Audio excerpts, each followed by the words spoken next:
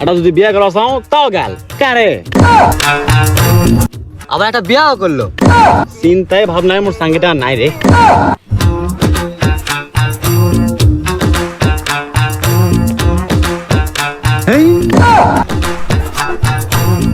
ইস রে কারে তুই একটা কাপটি হালে বসে আছো কা? আর কোস না ভাই রে, মুই তো মৌসুম। কা তোর আবার কি হলো? আর কোস না রে, চিন্তায় ভাবনায় মোর সঙ্গীটা নাই রে। আরে কি হয়েছে তোর? মুখ খুলে ক। কে করে খুলমু যে মুখ শীত চলা হচ্ছে। আরে ভাই এই খোলা সে খোলা নয়, তোর কি হয়েছে আমাকে ভাঙ্গে চুরে খুলে ক। দুঃখের কথা কি আর কমু ভাই রে, বাড়িতে তুমি উঠতে বসে খাসো গাল, সুদ পা যাবো তাও গাল, ভাত খাওয়া বসবো তাও গাল, এটা যদি বিয়ে করা চাও তাও গাল কারে। কা তোকে এত গাল আছে কি জন্য? কারণ মুই যে বেকার, মুই এত বড় জুয়ান দামরা ঠেংরা, কাজ কাম কিচ্ছু করো না, তাহলে মুখ শোনা খাবে। তুই কাজ কাম কিছু একটা কর। কাজ কাম কি করবো রে ভাই ক, মুই লেবার শেষ করনু, শেষ করে পড়ে আসো, চাকরি নাই কোনো, চাকরি লেবা যাবো মাল লাগবে, মাল নাই তো চাকরিও নাই, তো এই জন্য বাধ্য হয়ে বসে আছো। মুই কি করবো ক। আরে ভাই এই ব্যাপার, সে তুই মোক আয় কবু না। শোন, আমার একটা বন্ধু আছে, বাড়ি হলো 5 বিবি, ও একটা গরুর শেড আছে, ওই শেডটার নাম রিয়াদ এগ্রো ফার্ম।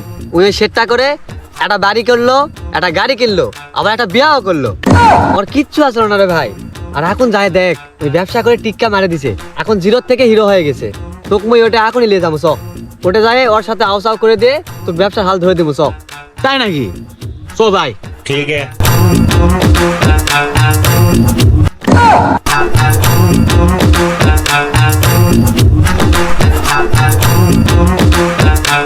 এ রিয়াদ, রিয়াদ কুটে রে? আসলো নাই বাড়াতে না? এ পারভেজ নাকি রে?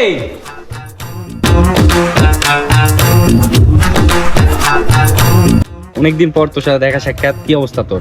আমার এখানে এতদিন পর কি মনে করে আসলি? আরে বন্ধু কোস না, আসলাম তোর কাছে না দরকারে। এটা আমার বন্ধু, কাজ কাম কিচ্ছু করে না, বেকার বসে আছে। তুই যে সফলতা অর্জন করেছিস, এই জন্য আসলাম যে তুই না তোর গল্পটা বুঝা, কিভাবে কি করেছিস না বুঝা।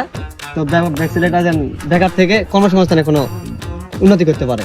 আরে বন্ধু চল, আমি তো আসি, কোনো সমস্যা নাই, ভিতরে চল, চা খেতে খেতে গল্প করি। হ্যাঁ চল চল চল। বন্ধু বল, এখন তুই আমার কাছ থেকে কি পরামর্শ চাচ্ছিস? আরে বন্ধু মোর জন্য লয়, এই যে এই বালতলা বন্ধুটার জন্য। তুই যে এত কিছু করলো কিভাবে, এই গল্পগুলো এক শোনা। শোন বন্ধু, তুই আমার সম্পর্কে কিন্তু সব কিছুই জানিস কম বেশি। আমি ক্লাস 7 থেকে আমার আব্বুর সঙ্গে মনে করেন যে গরু হাটে যায়, দুইটায় একটা করে গরু চিনতে শিখলাম, গরু কিনতে শিখলাম। যখন কিনতে শিখলাম তখন আলাদা করে কিছু টাকা, মাত্র 50,000 টাকা ব্যবসাতে ইনভেস্ট করে মনে কর যে এই আস্তে ধীরে করে অনলাইনে গরু সেল করলাম। এখন আলহামদুলিল্লাহ আল্লাহর রহমতে অনেক সফলতা পাইছি। দেখ এখানে আমার এখানে নিজে জায়গা কিনছি, তারপর একটা ছোট পরিসরে একটা খামার দিছি, তারপর অধিক পরিমাণে একটা বড় খামার দিছি। এখান থেকে দর্শকেরা যারা দূর দূরান্ত থেকে অনেক ভিউয়ার্স ভাইয়েরা আসে, আমার এখান থেকে সুলভ মূল্যে এই ষাঁড় বাছুর গরুগুলো সংগ্রহ করতে পারে। তেমনি তোর বন্ধুকে এই ধরনের পরামর্শ দিবি, ইনশাল্লাহ আমার মতন অল্প পরিসরে ইনভেস্ট করে তোর বন্ধু এই পর্যায়ে কিন্তু এগিয়ে যেতে পারে। আমার একটা ফেসবুক পেজ আছে, ফেসবুক পেজের নাম জয়পুরহাট কৃষি চিত্র। এখানে নিয়মিত আমরা ভিডিও আপলোড দিয়ে থাকি। এখানে অনেক ভিউয়ার্সরা এর মাধ্যমে প্রচার করে, অনেক ভিউয়ার্সরা আমাদের এখানে পরিদর্শন করতে এসে শখের বসে 2টা-4টা করে গরু সংগ্রহ করে নিয়ে যায়। আর আমার ঠিকানাটা হচ্ছে জয়পুরহাট জেলা 5 বিবি উপজেলা মাতকুড়ি গ্রাম। আমাদের ফার্মের নাম রিয়াদ এগ্রো ফার্ম।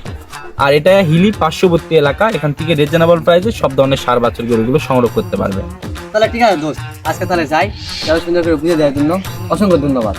আচ্ছা ঠিক আছে বন্ধু, সাবধানে যাস। আচ্ছা বন্ধু, আল্লাহ হাফিজ।